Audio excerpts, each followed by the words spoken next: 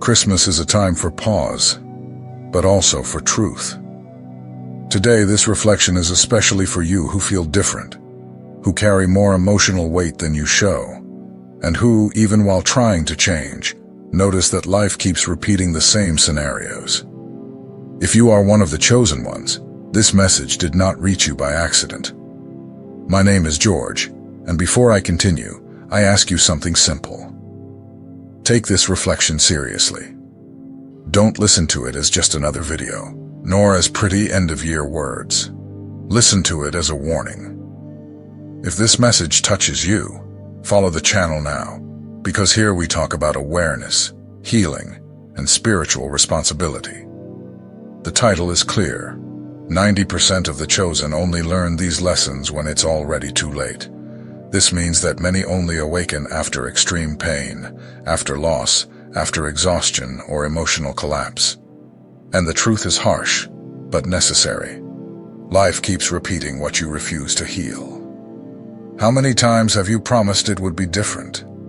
How many times have you said, "Now I've learned," but went back to the same pattern, the same people, the same choices?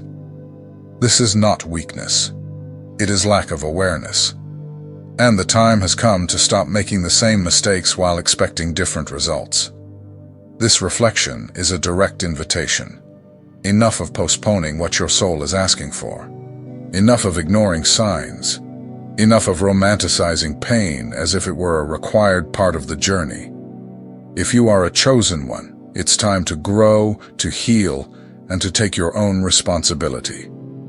Stay until the end.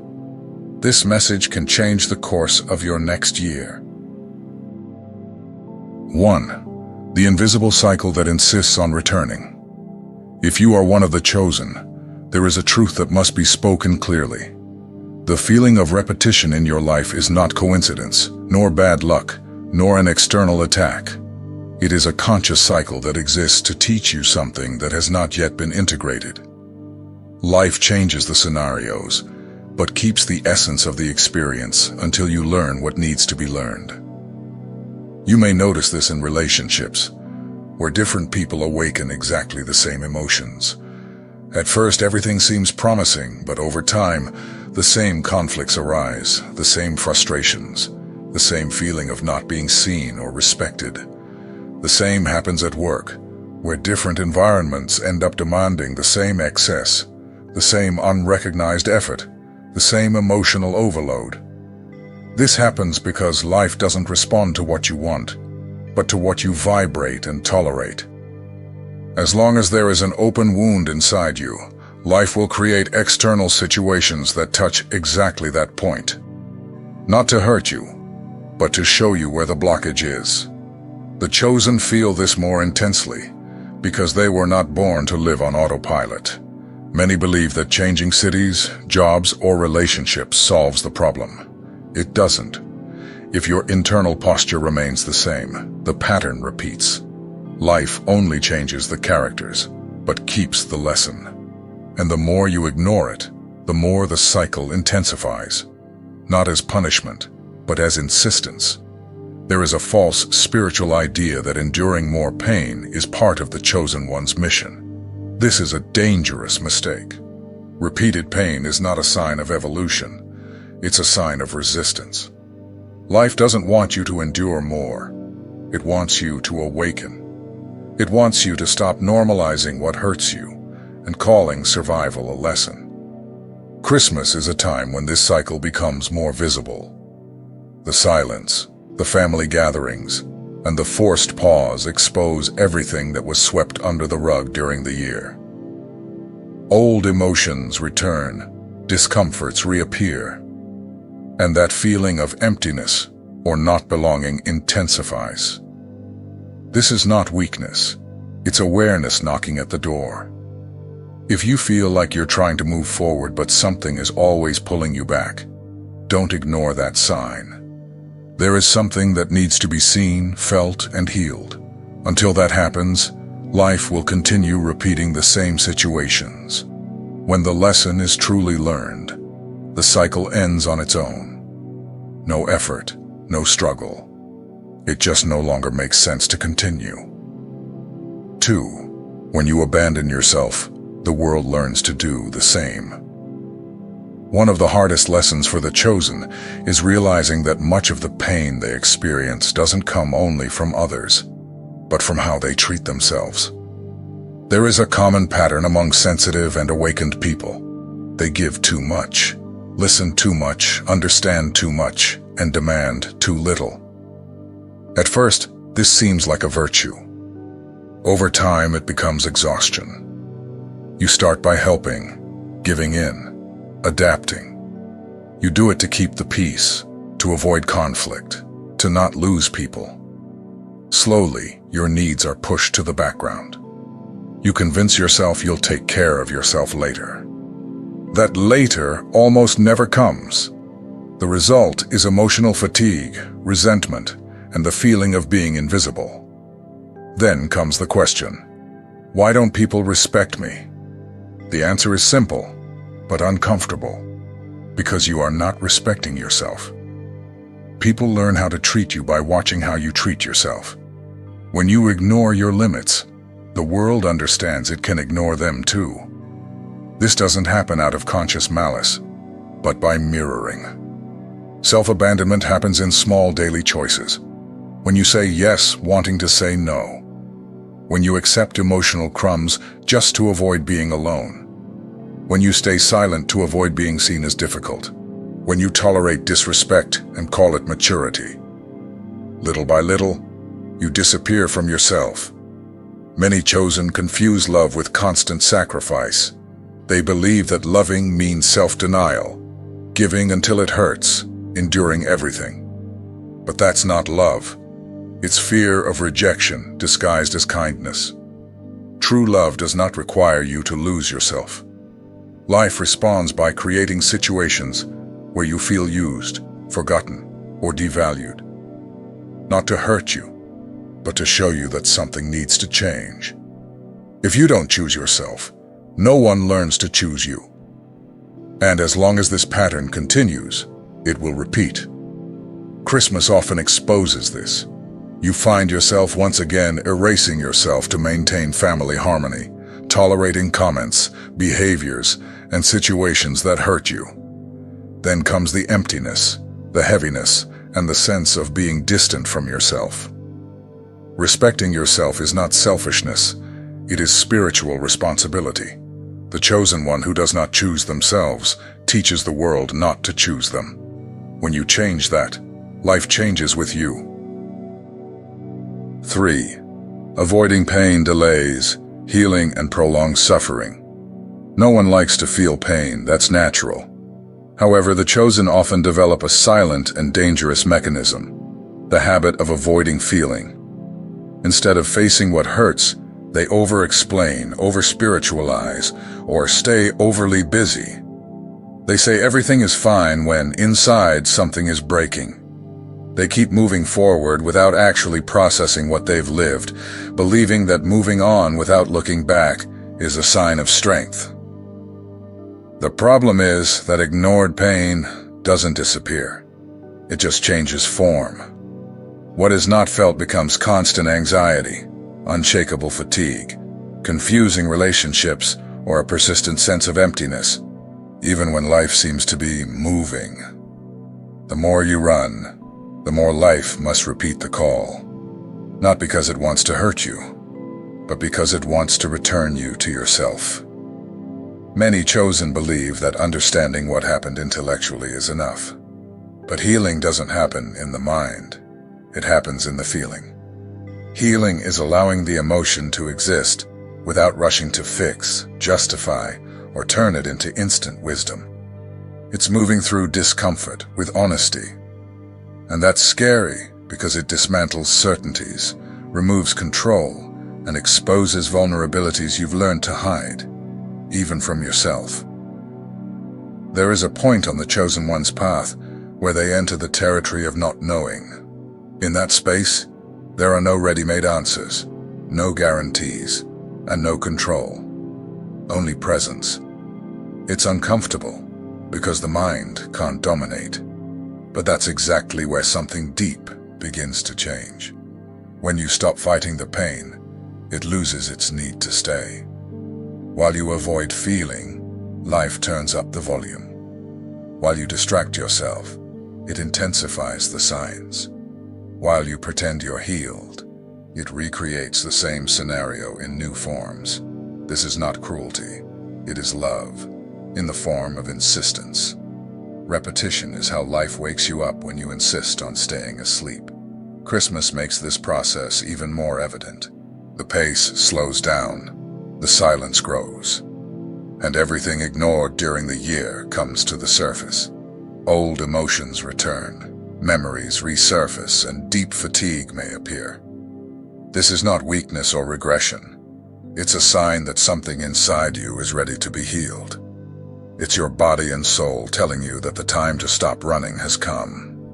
Life only stops repeating when the lesson is truly integrated, not just understood. For the chosen, learning is almost never comfortable, but it is always liberating. The moment you stop running from yourself, pain loses its purpose. And when that happens, everything begins to truly change. 4. You didn't come here to lose yourself, trying to save others. There is a silent trap on the path of the chosen, the belief that your mission is to save everyone around you, even if it costs your own peace. Many chosen grow up believing they need to be strong all the time, understanding all the time, available all the time. They learn early to take care of others, and too late to take care of themselves. In the beginning, it seems like love, purpose, altruism. You help, support, guide, and provide emotional strength. You believe that if you love enough, people will change, heal, or recognize your value. But over time, something inside starts to break. Exhaustion appears, frustration creeps in, and a quiet sadness you can't explain takes hold. The problem is not loving too much. The problem is abandoning yourself in the process. When you constantly sacrifice yourself hoping the other person will grow, it's no longer love, it's fear. Fear of losing, fear of being alone, fear of not being needed. And fear doesn't sustain healthy relationships.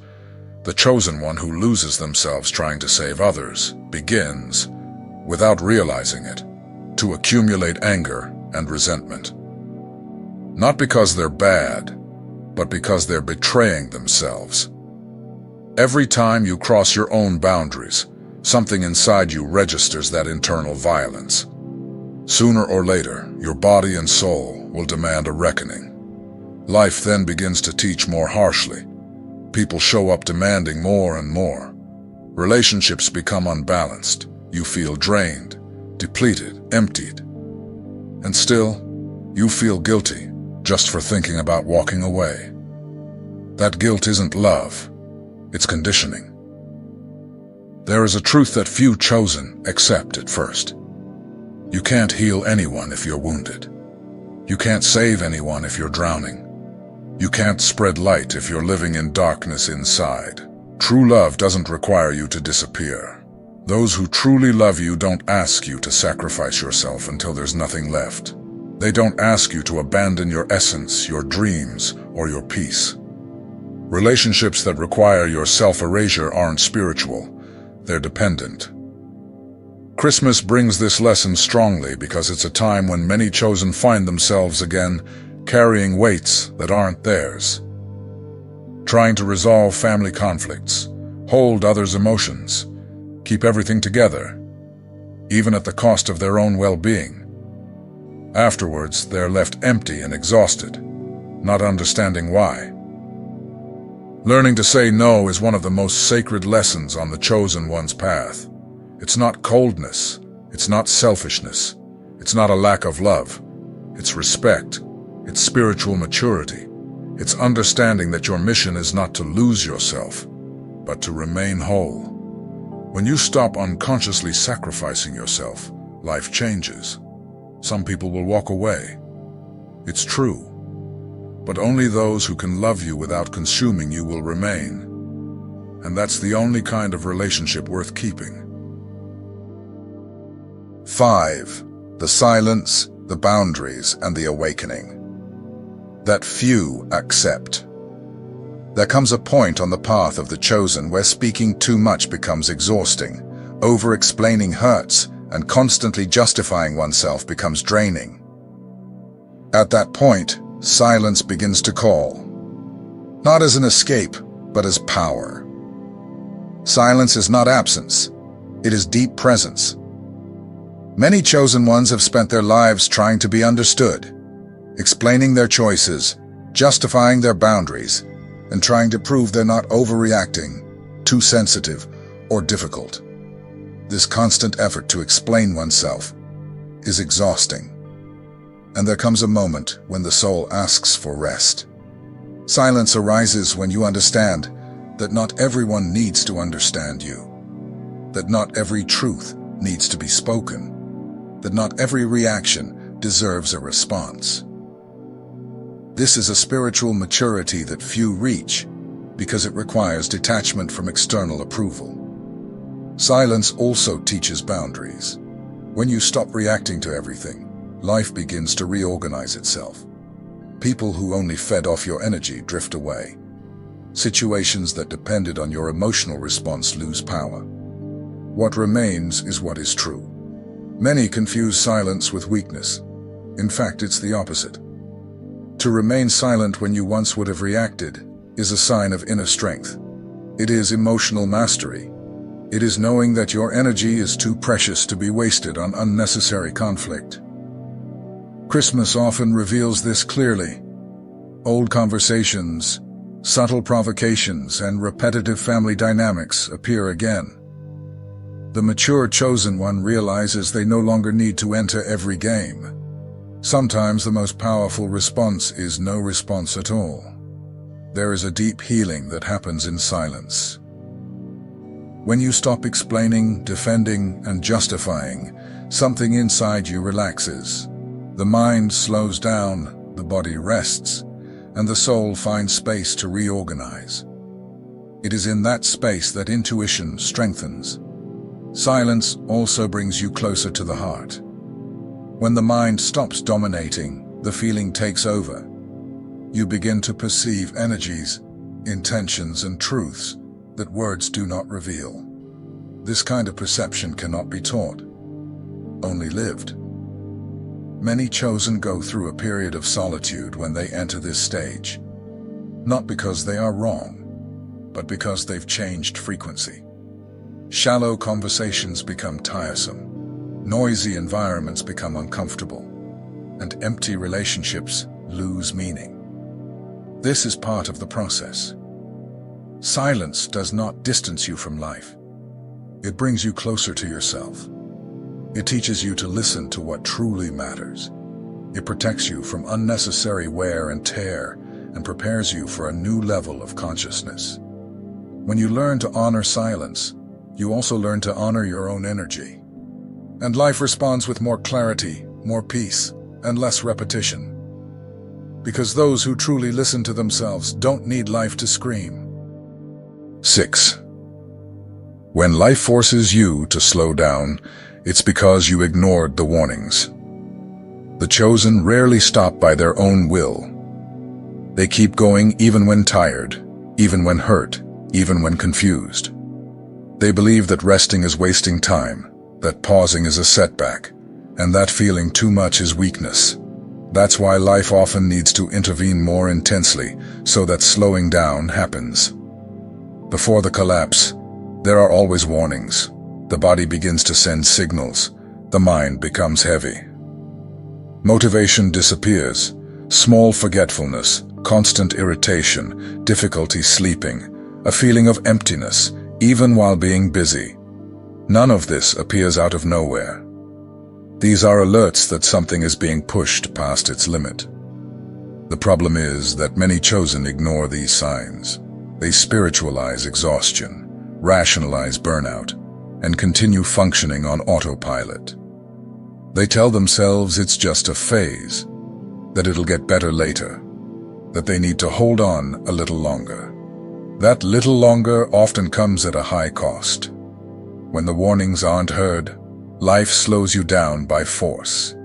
It can come through a loss, an unexpected breakup, an emotional crisis, or a physical problem. Not because life is cruel, but because you've crossed your own limits for too long. Slowing down is not failure, it's realignment. But for the chosen who have built their identity around being strong, available, and productive, stopping can feel frightening. Guilt for resting arises, fear of losing their place, the sense of letting everyone down. That guilt must be observed. It reveals how much you've learned to value yourself only for what you give to others. When you're not producing, not helping, or not holding everything together, you feel like you're not worth as much.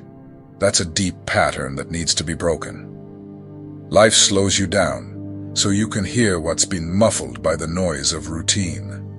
Old emotions, postponed decisions, ignored truths.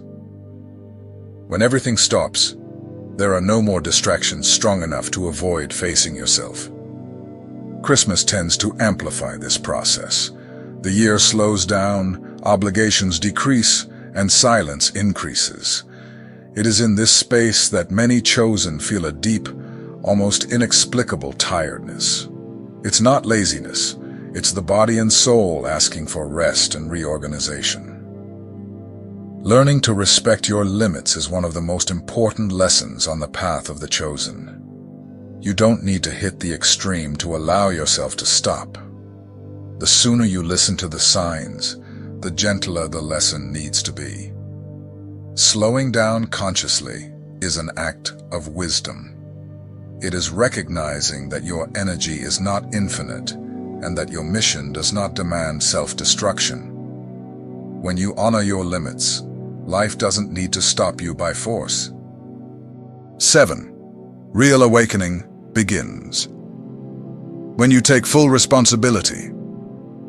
There comes a point on the path of the chosen when it's no longer possible to blame the past, other people, or circumstances. That point marks the beginning of the real awakening.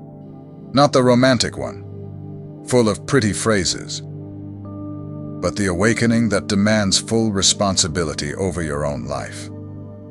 As long as you believe everything happens because of others, you give away your power. As long as you wait for someone to change, apologize, or recognize something, you remain stuck. True awakening begins when you understand that, even though you didn't cause certain pains, you are the one who needs to heal them. This isn't about guilt. It's about power. Guilt paralyzes. Responsibility liberates. When you accept that you need to change your stance, your boundaries, and your choices, life starts to respond differently, because now you are no longer repeating on autopilot. Many chosen resist this stage because it demands leaving behind the role of the spiritual victim. It requires looking at yourself with honesty and recognizing patterns maintained out of fear, neediness, or a craving for approval. That hurts, but it matures. Real awakening also involves accepting that not everything needs to be understood rationally. Some experiences only ask for acceptance and integration. The more you try to control, the less it flows. The more you trust, the more clarity emerges. Taking responsibility doesn't mean overburdening yourself. On the contrary, it means stopping the self-punishment for what's already past and beginning to act differently in the present. It's understanding that you've always done the best you could with the level of consciousness you had. Think about this, chosen ones. Everything that has been said so far is not meant to generate fear, guilt, or spiritual burden. It's a calling, a clear invitation for you to stop, reflect, and choose differently. Christmas is not just a date on the calendar. It's a turning point. It's a moment when life lowers the noise so the truth can be heard. You've repeated patterns too many times. You've explained yourself too much. You've sacrificed yourself too much. You've ignored too many signs. And life has been patient, persistent, and clear. Every repeated cycle was an attempt to wake you up before it was too late. Because the truth is simple. The chosen one did not come to suffer eternally, but to learn, heal, and move forward. The new year that is beginning does not ask for empty promises or pretty words said in an emotional impulse. It asks for decision. The decision not to make the same mistakes expecting different results. The decision to respect your boundaries. The decision not to abandon yourself just to maintain others' peace. The decision not to run from pain, but also not to live in it. You don't have to carry everything alone. You don't have to save everyone. You don't have to prove anything to anyone. What you need is to stop betraying yourself. Every time you choose yourself, a cycle ends.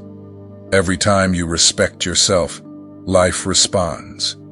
Every time you listen to your soul, the need for suffering decreases.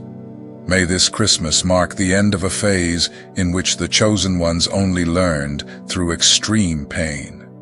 May it mark the beginning of a more mature consciousness, where the signs are respected before they become storms, where exhaustion is heard before collapse, where discomfort is embraced before it becomes a prison. Do things differently in the coming year, not out of revolt, not out of pride, but out of self-love and spiritual responsibility. Observe your choices. Observe where you insist. Observe where you stay silent. Observe where you disappear. Change begins in those invisible details that no one sees, but life feels. My wish is simple and sincere, that next Christmas I can say that no chosen one of God is still making the same mistakes out of fear, neediness, or lack of awareness, that I can say you heard the whispers of the soul and no longer needed life's screams. May this Christmas be a rest for the body, a relief for the mind, and an alignment for the soul. May you enter the new year more present, more whole, and more faithful to yourself. Because when the chosen one truly awakens, life no longer needs to repeat. It simply moves forward.